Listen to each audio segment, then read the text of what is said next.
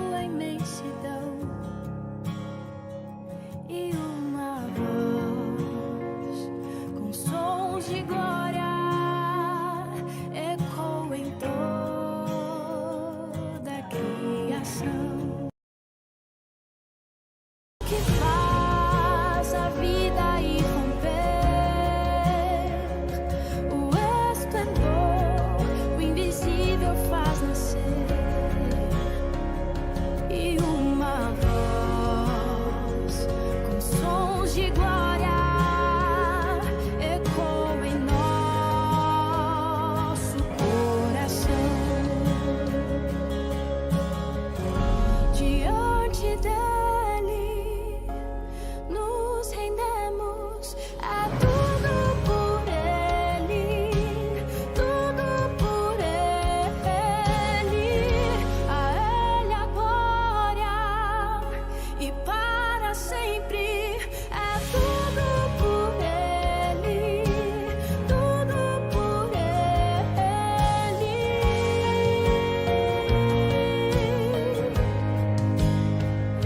Em oração e na palavra seguiremos, em um só corpo rendido à missão, e nossa voz com sons de glória irá romper a escuridão. Diante dele nos rendemos, é tudo por ele, tudo por ele, a ele a glória e para sempre. É tudo por ele, tudo por ele.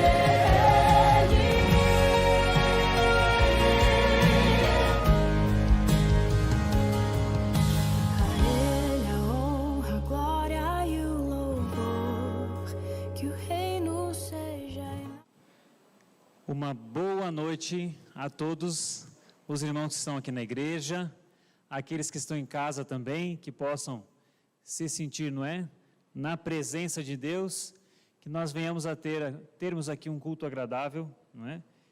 Apesar de todo esse contexto de pandemia, não é, de isolamento, nós podemos agradecer a Deus por ter a tecnologia, não é?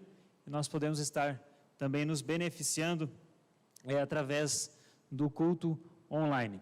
Eu quero convidar a todos, não é, aqueles que estão aqui na igreja, aqueles que estão em casa também, nós podemos agora curvar a nossa fronte e estarmos orando, pedindo a presença, não é, de Deus no nosso meio. Vamos orar?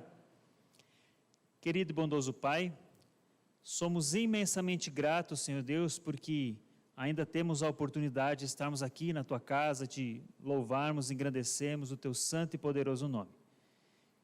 Independente, Senhor Deus, de qual a localidade geográfica que estivermos, aqueles que estão aqui ou que estão em casa, possam, Senhor Deus, nesses momentos, estar atentos à Tua mensagem, estar, Senhor Deus, com o coração receptivo e entregue à atuação do Teu santo e bom Espírito.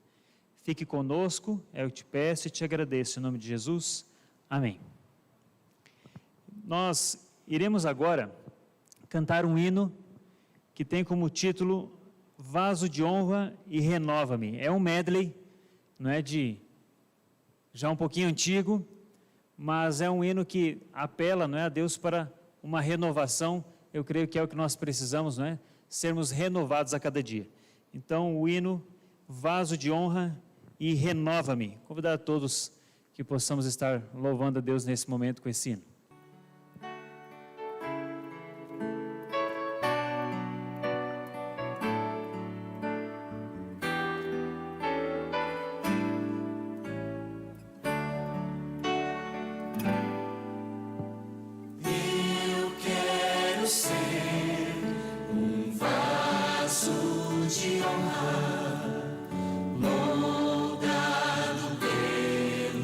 Senhor.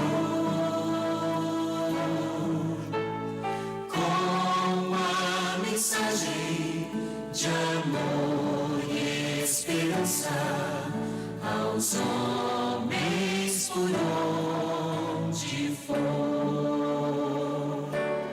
Reaviva-me, inspira minha vida, prepara-me pra fazer o que eu querer, aprofunda-me em teu poder e graça, pra honrar o teu nome, Senhor. Renova-me, Senhor Jesus, já não quero ser igual. Renova-me, Senhor Jesus, põe em mim teu coração, porque tudo que há dentro de mim necessita ser mudado, Senhor, porque tudo que há dentro do meu coração necessita mais de ti. Necessita mais de ti. Necessita mais de ti. Eu quero ser um vaso de honra, moldado pelo Senhor, com a mensagem de amor e esperança aos homens por onde for. Reaviva-me, inspira minha vida, prepara-me pra fazer o que eu querer, aprofunda-me em teu poder e graça, pra honrar o teu nome, Senhor, pra honrar o teu nome, Senhor, pra honrar o teu nome, Senhor.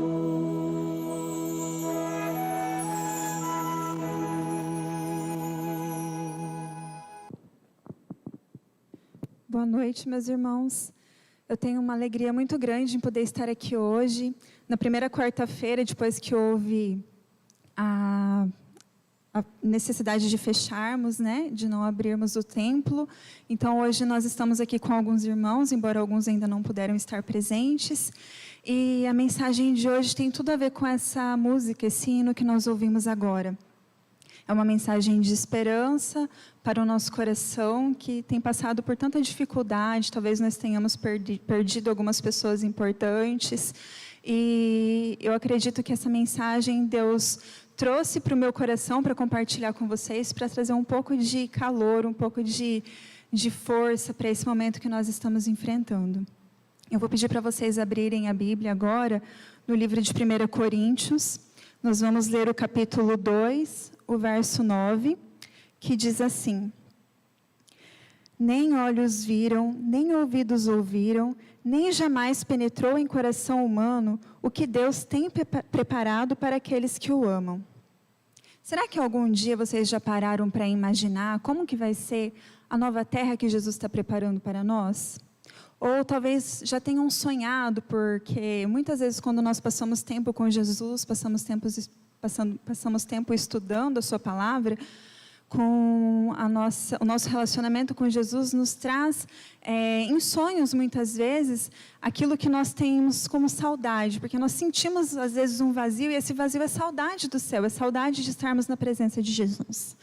E nós sabemos que em Apocalipse, o discípulo João, ele recebeu de Jesus visão referente à aparência dessa nova terra. E eu quero que nós façamos a leitura agora de Apocalipse, capítulo 21, nós vamos ler a partir do verso 9.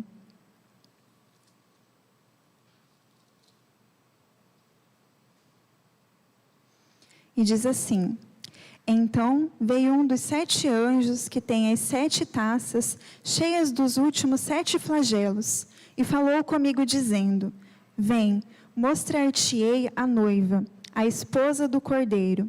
E me transportou em espírito até uma grande e elevada montanha, e me mostrou a santa cidade, Jerusalém, que descia do céu da parte de Deus, a qual tem a glória de Deus. O seu fulgor era semelhante a uma pedra preciosíssima, como pedra de jaspe cristalina. Tinha grande e alta muralha, 12 portas, e junto às portas 12 anjos, e sobre elas nomes inscritos, que são os nomes das 12 tribos dos filhos de Israel. 3 portas se achavam a leste, 3 ao norte, 3 ao sul e 3 a oeste. A muralha da cidade tinha 12 fundamentos, e estavam sobre estes os 12 nomes dos 12 apóstolos do Cordeiro. Agora, dando sequência no verso 18. A estrutura da muralha é de jaspe, também a cidade é de ouro puro, semelhante a vidro límpido. Os fundamentos da muralha da cidade estão adornados de toda espécie de pedras preciosas.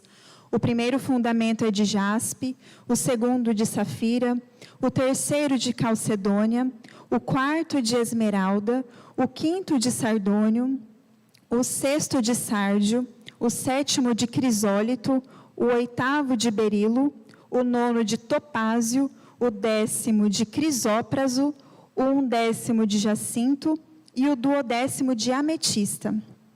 As 12 portas são 12 pérolas, e cada uma dessas portas de uma só pérola.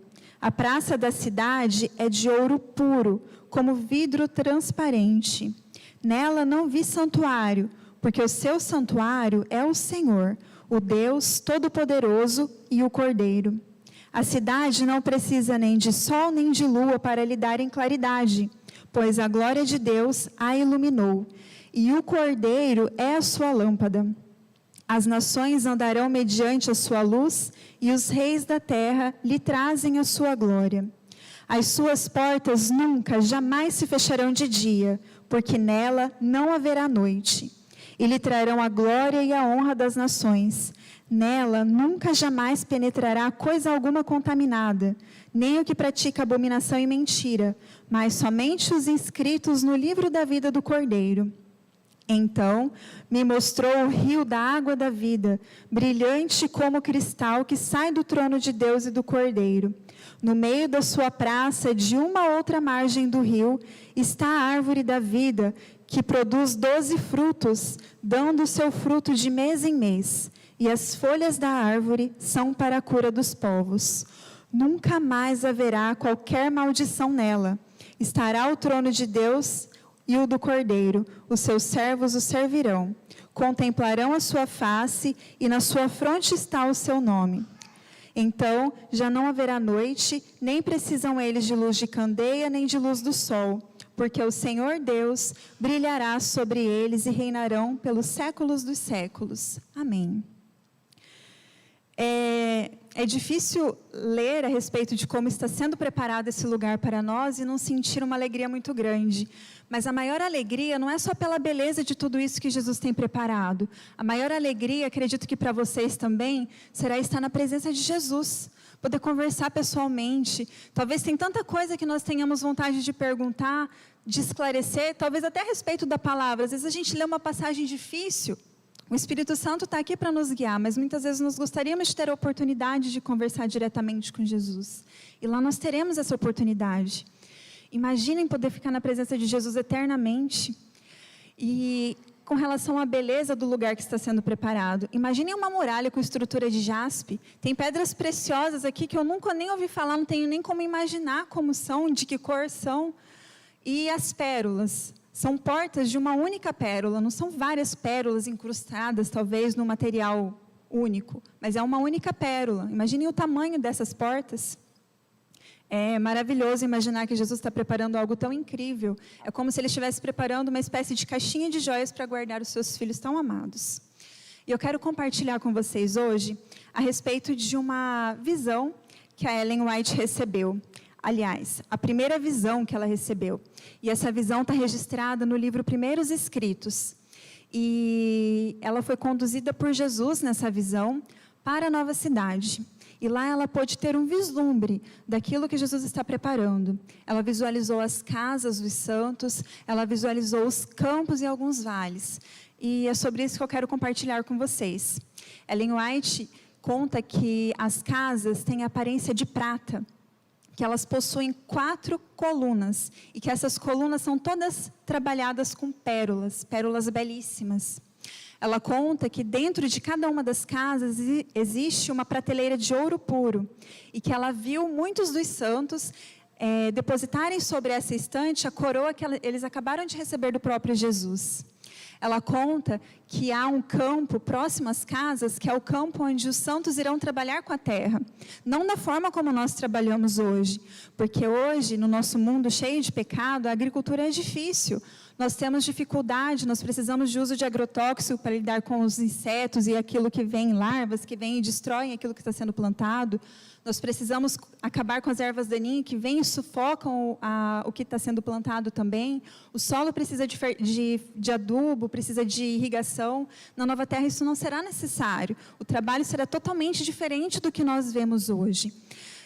Eu me lembro, quando eu comecei a ler a respeito disso, eu me lembrei que meus pais, eles comentavam a respeito da infância deles. E eles vieram do Paraná, e minha mãe, principalmente, comentou bastante referente a isso. Eles dizem que lá eles tinham hortas, tinham pomares, e praticamente não se precisava comprar legumes, verduras ou frutas. Tudo era produzido em casa, e o que era produzido a mais era compartilhado com os vizinhos, e da mesma forma os vizinhos compartilhavam com eles. Então, eu penso que se nesse mundo de pecado, com as habilidades certas, com o correto manejo do solo, nós já podemos ter um percentual daquilo que Deus tem para nos dar, imagina na nova terra, quando tudo vai ser perfeito, perfeitamente dado por Jesus. Após passar por esse campo, onde havia o local onde ia ser trabalhada a terra, ela conta que entrou em um outro campo, onde havia as mais diversas flores, de todas as espécies. E me fez lembrar também, talvez vocês tenham visto filmes, ou talvez na internet, campos, se eu não me engano o país é a Holanda, de tulipas, que tem aquelas variadas cores, amarelo, vermelho, rosa, roxo. Agora imagine um campo onde não são só tulipas, são todas as mais diversas espécies, todas juntas, colorindo. Ellen White conta que ela colheu uma dessas flores e que, ao apreciar essa planta, ela pôde observar também que elas não murchariam, porque lá tudo é perfeito, não existe mais morte. Após passar por esse campo, onde haviam as flores, ela adentrou um outro campo. E esse campo possuía uma relva alta, uma vegetação viva. E ela conta que essa vegetação se agitava para a glória de Deus. E que, ao se agitar, era possível ver reflexos de ouro e prata. Imaginem a beleza que ela pôde contemplar. O último campo que Ellen White passou foi um campo onde havia as mais diversas espécies de animais. Ela conta que viu o leão, o cordeiro e o lobo em união. E que, ao passar por entre eles, os animais os acompanhavam de forma pacífica. É muito triste ver a situação como nós vemos o mundo hoje. Eu fico lembrando da leitura de Gênesis, quando Deus criou os animais e deu a responsabilidade a Adão e Eva de fazerem o cuidado dos animais. Eles foram quem deram os nomes, era para eles cuidarem, preservarem os animais. Eu assisti recentemente um filme chamado A Menina e o Leão. Nesse filme, a protagonista do filme tinha um pai que criava em cativeiro leões, e esses leões eles eram vendidos para servirem de caça. É uma tristeza, porque isso realmente faz parte da nossa realidade. Aqui no Brasil nós não temos leões, mas temos outros tipos de animais. A onça pintada, que muitas vezes ela é abatida para que seja retirado o couro. Então, assim, é triste ver que aquilo que foi criado por Deus tem sido destruído por nós, e isso por ação do pecado. Depois que o pecado entrou, Adão e Eva, eles já não eram responsáveis pelo cuidado, porque os animais sentiam medo deles, eles se afastavam. Iniciou-se uma cadeia alimentar, onde o animal mais grande se alimentava do menor. É muito triste pensar que isso tudo tem aumentado e a progressão do pecado tem feito com que se intensifique mais o sofrimento. E traz alegria saber que na nova terra isso não vai existir mais, que os animais voltarão a ter aquela atitude, o comportamento que eram para ter desde o início, antes da entrada do pecado no mundo. Eu quero que vocês abram a Bíblia agora, no livro de João. Nós vamos ler o capítulo 14, os versos de 1 a 3. Eu imagino que vocês já saibam de cabeça esse texto. E diz assim: não se turbe o vosso coração, credes em Deus, crede também em mim. Na casa de meu pai há muitas moradas. Se assim não fora, eu vou-lo teria dito, pois vou preparar-vos lugar. E quando eu for e vos preparar lugar, voltarei e vos receberei para mim mesmo, para que onde eu estou, estejais vós também. É uma promessa maravilhosa, não é mesmo? Eu acredito que seja uma das promessas mais lindas que nós encontramos na Bíblia. E eu quero que nesse momento vocês comecem a imaginar a casa de vocês. Pensem no no cômodo da casa que vocês mais gostem, aquele cantinho que vocês gostam de ficar quando tem um tempo. Agora tentem imaginar esse cômodo na nova casa que Jesus está preparando para você. Sabe, passeando por alguns bairros nobres da cidade, talvez por condomínios fechados, nós podemos verificar e apreciar a beleza da arquitetura de muitas casas. Elas foram criadas e desenvolvidas por arquitetos que receberam de Deus a capacidade e a sabedoria para desenvolver algo tão bonito com as matérias-primas que há. Agora, imaginem na nova terra. Jesus é quem deu todo o conhecimento e sabedoria para os arquitetos. Então, na nova terra, a estrutura da nossa casa é formada pela matéria-prima que o próprio Jesus é quem fabrica. Então, o nosso cômodo preferido, com certeza vai nos surpreender. Jesus, Ele conhece o que há em nosso coração. Ele sabe o que é capaz de nos trazer alegria, o que é capaz de encher os nossos olhos. E, com certeza, Ele não vai poupar recursos para que isso seja dado a nós. Então, você pode me perguntar, talvez, mas, Carol, Jesus fez essa promessa que Ele foi preparar um lugar para nós, falou que voltaria, mas isso já tem mais de 2000 anos. Você não acha que talvez esteja demorando demais para que isso aconteça, para que Ele retorne? Vamos ver o que a palavra de Deus diz a respeito disso? Vamos abrir a nossa Bíblia agora, em 2 Pedro, capítulo 3, verso 9.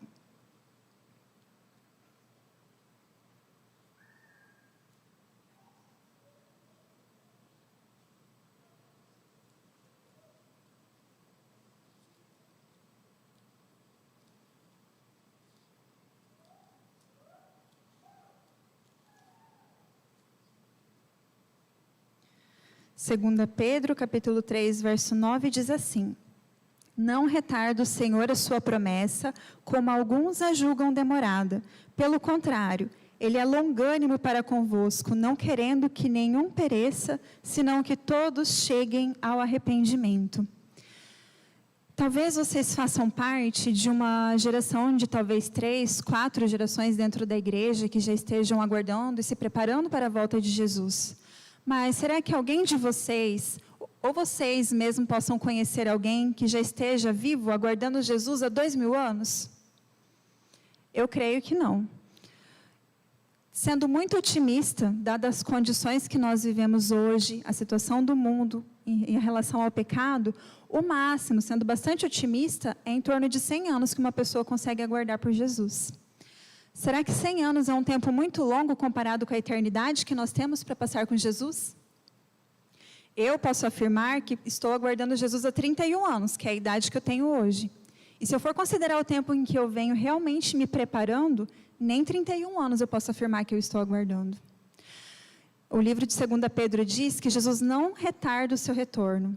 isso quer dizer que ele não está atrasado. Ele diz que está sendo longânimo. O que isso quer dizer? Jesus tem exercido a sua misericórdia para conosco. Ele não está atrasado. Ele espera que cada um de nós chegue ao arrependimento e entregue a sua vida a Ele. Então, a nossa parte nessa obra que Jesus está fazendo é levar a mensagem para as outras pessoas. Talvez você ou eu tenhamos a nossa família, talvez amigos que ainda não tenham recebido a palavra de Deus. Ou talvez tenham recebido, mas ainda não tenham tomado a decisão de entregar a vida a Ele. É muito importante que nós façamos a nossa parte. Imagine só se Jesus voltasse hoje. Como ficaria a nossa mente, o nosso coração, sabendo que aquela pessoa tão querida não está com você? É muito triste, não é verdade? Vamos ver o que Jesus diz em Apocalipse capítulo 22, verso 7. São as palavras dele. Diz assim: eis que vou demorar, bem-aventurado aquele que guarda as palavras da profecia desse livro. Não diz que vou demorar, não é mesmo? Jesus diz: eis que venho sem demora. Jesus não disse que vai se atrasar.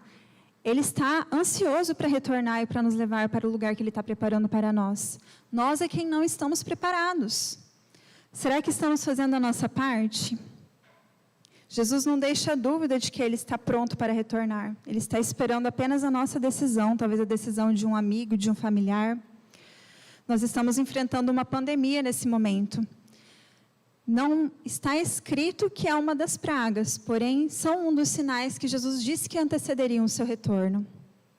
Então você pode me perguntar: tudo bem, Jesus não está atrasado, Ele está preparando um lugar magnífico para me receber, mas como que eu sei que eu realmente estou salvo?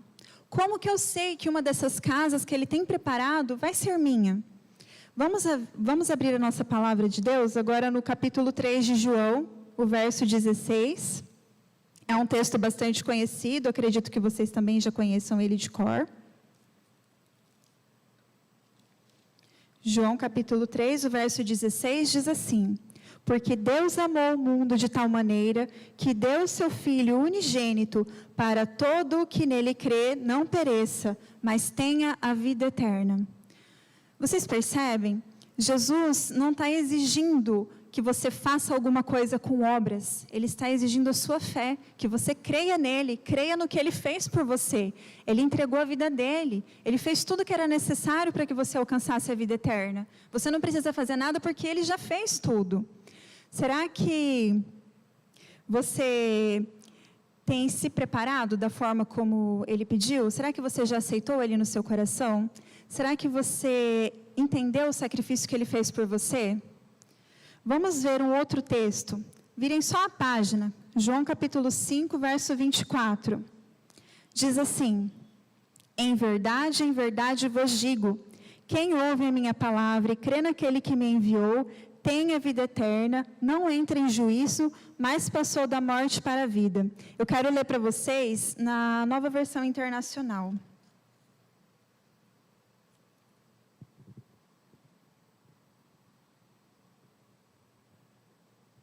E diz assim: eu asseguro, quem ouve a minha palavra e crê naquele que me enviou, tem a vida eterna e não será condenado, mas já passou da morte para a vida. É Jesus quem está assegurando para vocês a vida eterna. Tem algumas pessoas que usam o texto na versão Almeida, revista e atualizada, onde fala que não entrará em juízo para alegar que não passará por julgamento. Mas isso está errado, nós passaremos por julgamento. Muito pelo contrário, nós não passaremos por condenação, que é a forma como a Nova Versão Internacional traz para nós. Jesus vai estar junto conosco e Ele vai estar lá para dizer que cada um dos nossos pecados foi apagado pelo sacrifício que Ele fez. Basta você acreditar. Se você acredita, se você crê no que Ele fez por você, a sua casa na nova morada está garantida, a sua salvação está assegurada. Há algum tempo atrás, na verdade tem alguns anos, antes da minha mãe ser batizada ainda, nós fizemos uma visita para a Igreja Jardim das Nações, e lá eu tenho uma amiga muito querida, a Irenilde. E nessa oportunidade, nós formamos uma classe da Escola Sabatina só para pessoas que ainda não tinham passado pelo batismo. E ela fez uma comparação que eu acho muito válida e eu quero compartilhar com vocês. Eu quero que nesse momento vocês se imaginem com 18 anos. Todos nós com 18 anos novamente, olha que maravilha.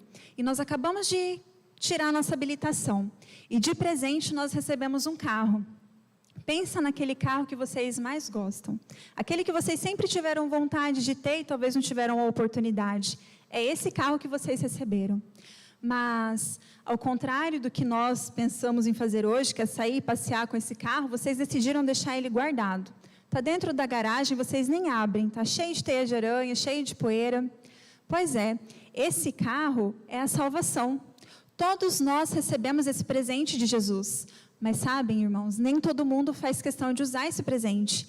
Nem todo mundo, às vezes, sabe que recebeu esse presente. A nossa missão, enquanto adventistas do sétimo dia, é anunciar a volta de Jesus, levar a palavra que Ele nos deixou. Nós estudamos há pouco referente à nossa salvação. Quando Jesus diz que nós precisamos crer, não quer dizer que nós não precisamos obedecer. Não é condição de salvação. Eu não preciso obedecer aos mandamentos de Deus para ser salva. Isso não é uma condição. Isso quer dizer que eu já estou salva. É a minha resposta de amor em relação ao amor que Jesus demonstrou por mim morrendo na cruz. Eu deixei para contar para vocês agora o início da visão que Ellen White teve. Ellen White, no início da sua visão, ela visualizou um caminho reto e estreito, onde havia uma grande e numerosa multidão. E ela conta que à frente dessa multidão estava Jesus conduzindo essa multidão e que o início da caminhada havia uma luz que incidia sobre os pés das pessoas que estavam caminhando. Essa luz, ela servia para que as pessoas não tropeçassem e caíssem. Mas o que era importante nessa caminhada era manter os olhos fixos em Jesus.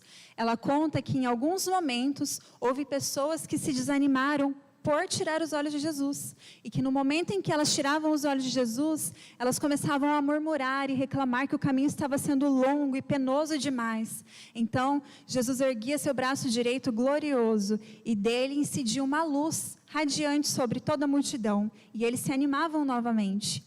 Porém, alguns ainda se mantinham desanimados.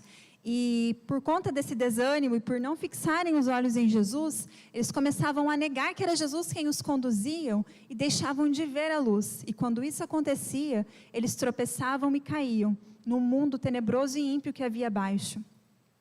Sabem, meus irmãos, nós estamos caminhando por esse mesmo caminho hoje. É muito triste saber que em alguns momentos as coisas que o mundo nos oferece tiram nossa atenção de Jesus. Eu quero ler um último texto com vocês nessa noite. Abram a Bíblia de vocês no livro de Romanos, o capítulo 8 e o verso 38 ao 39.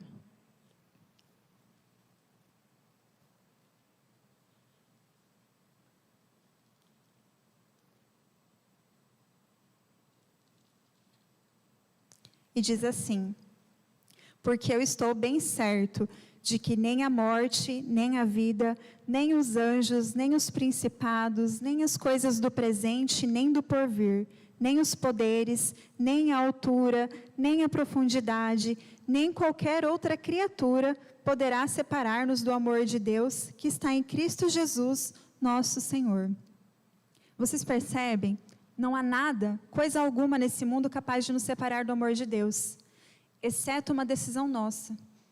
Nós, quem precisamos decidir que queremos manter os nossos olhos fixos em Jesus. Somos nós quem tomamos a decisão de permanecer ao lado de Jesus.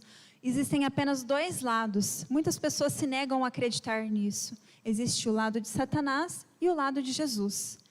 Ficar fora do caminho de Jesus significa estar do lado de Satanás. Não existe meio termo. Não existe não acreditar que Satanás não existe. Não existe acreditar que o mal não existe.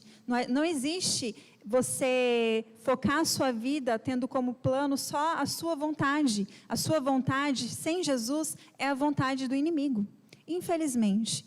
Eu gostaria que cada um de vocês pensasse a respeito desse caminho que estamos trilhando.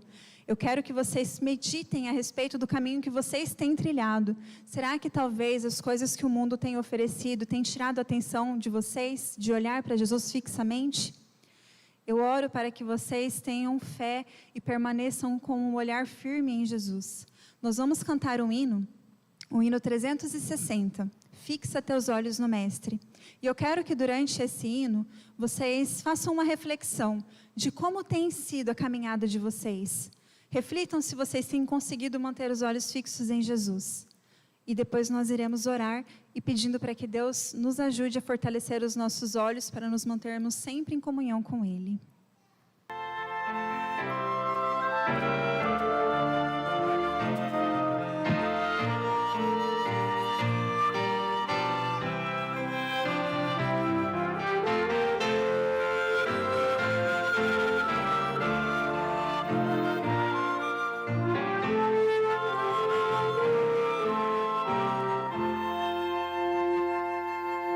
Se amargas tristezas da vida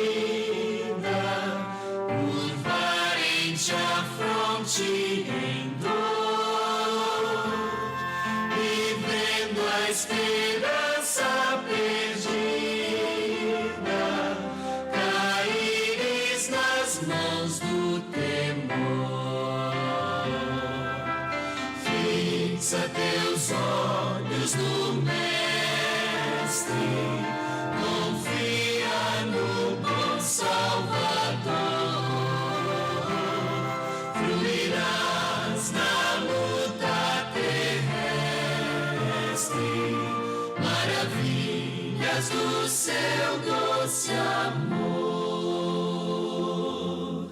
Se as ondas cruéis do oceano quiserem a nave tragar, e as vagas do montão insano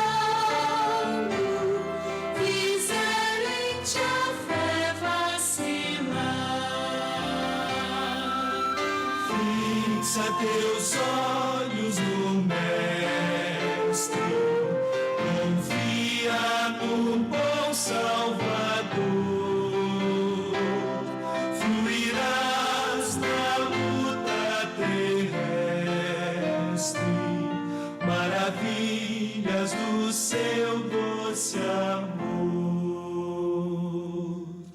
Se aflito, sem fé, sem coragem, vagando nas sendas do mal, o mundo seguindo a miragem, não ouvis a voz divina. Fixa teus olhos no Mestre, confia no bom Salvador, fluirás na luta terrestre, maravilhas do seu doce amor.